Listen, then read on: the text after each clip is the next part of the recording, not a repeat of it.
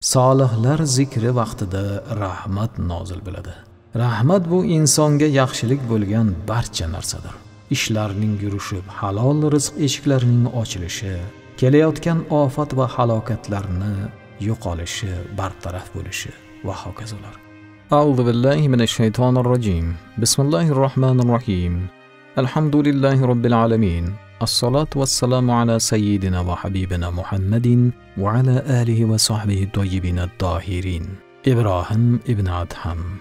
Ibrohim Adham dunyo va dinning sultoni, iymon tog'ining hujjati, uzlat ilmining ganjinasi, davlat saroyi xazinasi, buyuk iqlimning shohi, lutfu karam pardasi, diqqat e'tiborli, zamonasining siddig'i, ro'zgor hujjati edi va sohibi davlati nomdor, turli muomala, haqiqat, mukoshafat sirlariga oshno, hammaning birdek maqbuli va ma'quli, ko'p mashoyixlarni ko'rgan, imom Abu Hanifa Kofiy bilan hamsuhbat bo'lgan.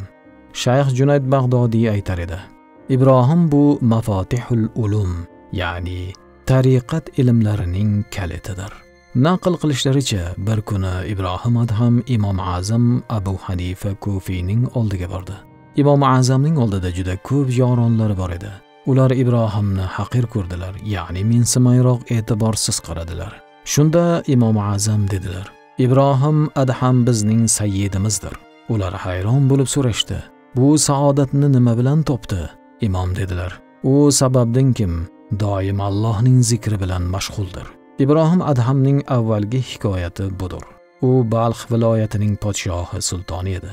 Uning podshohligining dabdabasi shunday ediki, har vaqt bir tomonga yurar bo'lsa, 40 qalqon oltin oldida, 40 qalqon oltin ortida yaltillab borardi. Uning saltanati, shavkati, ulug'ligi, hashamati va iqboli ta'rifga sig'mas edi. Bir kecha saltanat taxtida yotganida to'n o'rtasida turib Alloh Alloh dedi. Shu vaqt tomda oyoq ovozi saslari eshitildi va u dedi: Kimdirsan bu vaqtda sulton saroyi ustida yurasan? U dedi: Tuyamni yo'qotdim, axtarib yuribman dedi. Buni eshitib Ibrohim Adhamning kulgisi keldi.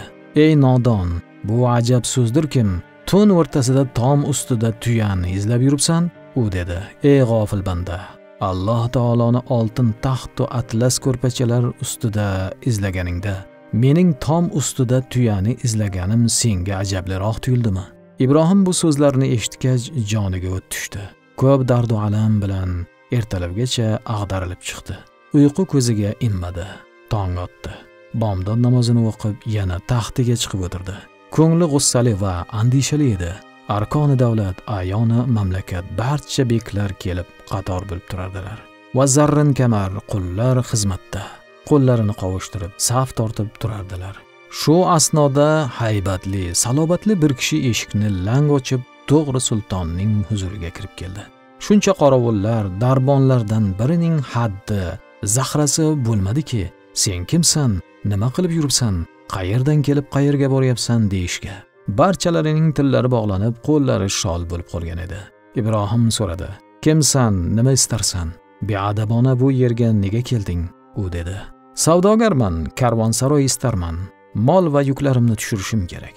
Ibrohim dedi: Devonamisan, karvonsaroy dersan? Bu Balx shohining arki va saroyidir.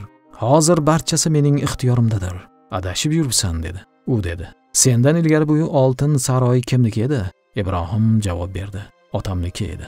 U dedi: Otangdan ilgari kimniki edi? Ibrohim dedi: Bobomniki. U so'radi: Undan ilgari kimniki edi? Ibrohim dedi: Bobomning otasining mulki edi. Shu xilda ko'p so'zlar oradan o'tdi. U so'radi: Avvalgi egalari qayerdadir? Ibrohim dedi: Ular o'lib ketishgan.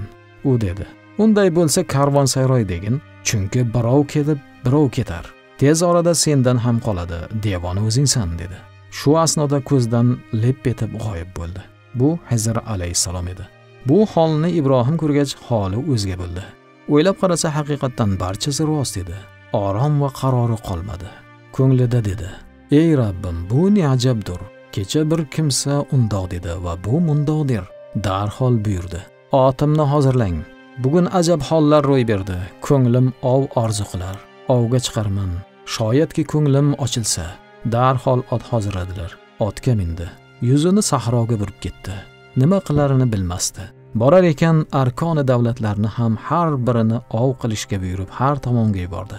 Ulardan judo bo'lib yolg'iz borar edi. Bir ovoz eshitildi. Uyg'on, o'lmasdan burun uyg'on. Ibrohim o'zini eshitmaganga solib borar edi. Yana ovoz keldi. Uyg'on, o'lmasdan ilgari. Yana otini ilgari surdi. Yana bir un eshitildi. Uyg'on, o'lmasdan burun. Bu gal qo'lini dunyodan yuvdi va otini ilgari surdi. Shu payt ko'ziga bir kiyik ko'rindi. Qasd etdikim u kiyikni ovlashga. Kiyik ham Alloh qudrati bilan tilga kirdi. Ey Ibrohim, Alloh taolo seni ovlamoq uchun yaratdimi yo o'zga ishlar ham bormi? Ibrohim yana o'ylanib qoldi. Bu gal otini haydashga ham majoli qolmadi.